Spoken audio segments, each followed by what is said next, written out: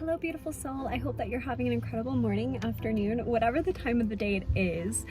And this week, I wanted to talk about healing through something that feels so painful and so unhealable that you don't know how you're going to be able to make it out, but I promise you that you will. So, if you're feeling those emotions, or you're going through a hard time and you're struggling to let go, I hope that this video helps you. Let's get started. So one of the ways that we stay stuck in that pain is by shaming ourselves for feeling that pain.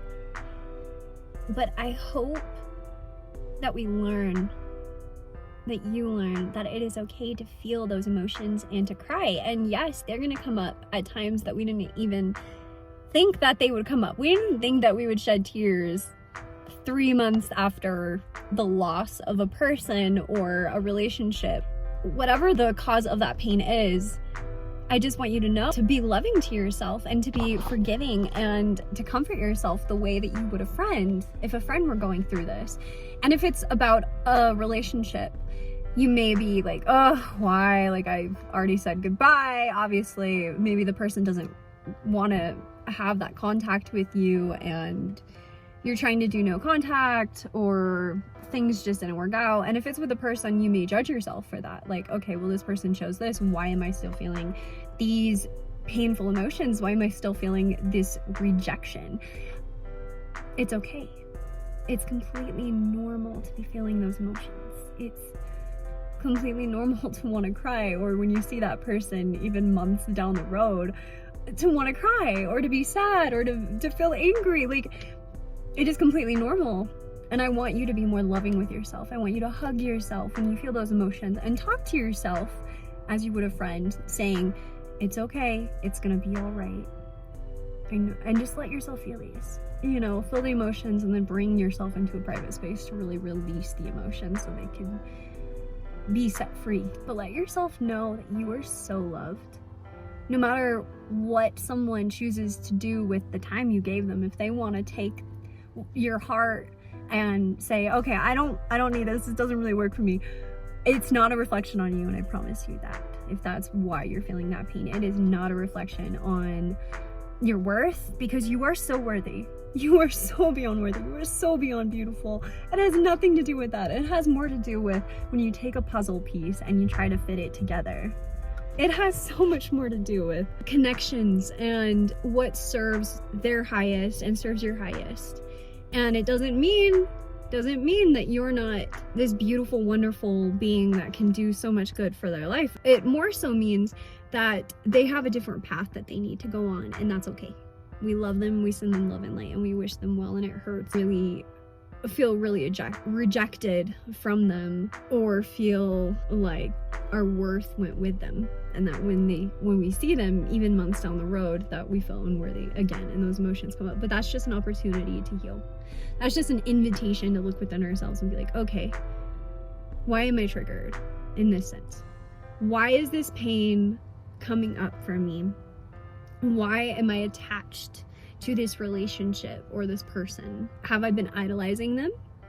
Have they been fulfilling a need that I haven't been giving myself? Have they possibly been giving me words of affirmation that maybe I don't give myself enough words of affirmation, or attention? People love attention. We love attention. But to put your happiness into someone's hands, it's just always going to fail. It is always, people are imperfect, and that's okay. We're imperfect, and so it's okay if they drop that happiness, and it's okay if we realize, oh, I've been obsessing about this person. That's why it's upsetting me when I see them, because it's kind of like a drug. It's not so much the person, but it's what they gave us. And if it's about the relationship itself and the person you genuinely cherish, that's okay too. That's completely normal. But again, your worth does not come from the fact that someone did not choose you. You are worthy beyond compare. I promise you that, my friend. So I want you to take a deep breath. Whenever those feelings come up, whenever you're feeling that pain, I want you to just and then remind yourself that emotions are fleeting. They should not be what controls our decisions and our choices. We can listen to our heart, but in the scriptures it says that the heart can sometimes lie to us, and it's basing it upon emotions. And when we're feeling anger, it doesn't mean to start screaming and yelling at someone. We have to take a deep breath and act out of our highest version, not our little ego self. And the little ego self is the one that reacts to, oh, this person is ignoring us, so that means we need to show them, or we need to tell them how they made us feel. That's the ego. The ego wants a reaction. It wants you to start reacting. But if you start reacting to your emotions, they're going to control your life, and your life is going to go in this spiral, and it's not going to be a very happy life. If you want to live a happy life, we have to learn how to take a deep breath and be like, you know what? I love me. I'm okay with me. What genuinely matters at the very end of the day. Do you love you? Are you happy with yourself? And if not, then we have some healing to do. And that's more important than trying to get that person to pay attention to you, or to reconcile with another person, or just simply ask them like, hey, why did you leave? We don't need to know. We don't need to know why a relationship ended. What we do need to know is, what do I need to heal within myself? What do I need to work on within myself? Why do I feel like I'm lacking? Why do I feel like I'm lacking in this area and that this person can give me those things? Turn it within ourselves. Like, why do you want to react that way? Why do you want to message someone who's clearly showing you that they do not want to be in your life? Why are you chasing that person? I'm saying this with love, I promise.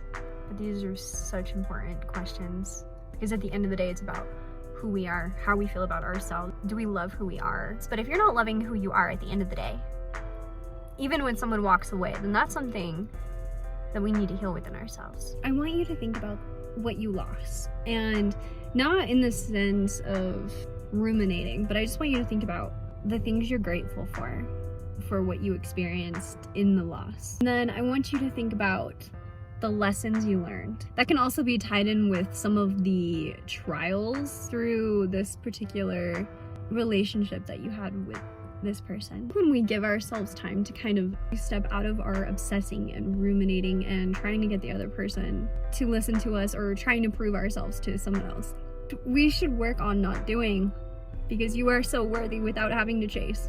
But when we step out of the emotions and we start thinking logically and assessing the situation, it gives us an opportunity to heal. That is a way of healing. When we learn, when we take out shaming ourselves, and we take out the anger of what that person may have done, or how we may have perceived it in a negative lighting, how they hurt us, however it is, when we take out that anger, then we're left with, oh, okay, I'm grateful for these experiences I had with them. I understand they had some particular characteristics that I didn't feel lined up with my own life.